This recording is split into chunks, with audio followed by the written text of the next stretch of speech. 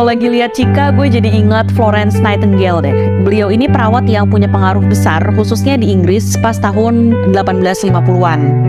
Dari usia remaja, Florence emang udah pengen jadi perawat, walaupun waktu itu sempat nggak diizinin sama orang tuanya. Tapi dia bertekad untuk ngambil pendidikan keperawatan di Jerman. Tahun 1853 sampai 1854, waktu perang Crimea pecah, Florence punya kontribusi yang luar biasa dalam merawat tentara yang luka. Di situ dia mulai ngubah kondisi rumah sakit yang gak sehat dan kotor banget. Pasien ditaruh gitu aja di lorong, mana ada tikus, serangga, peralatan medis kurang.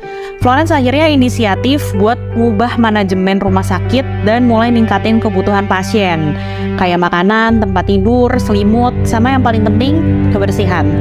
Tiap malam dia juga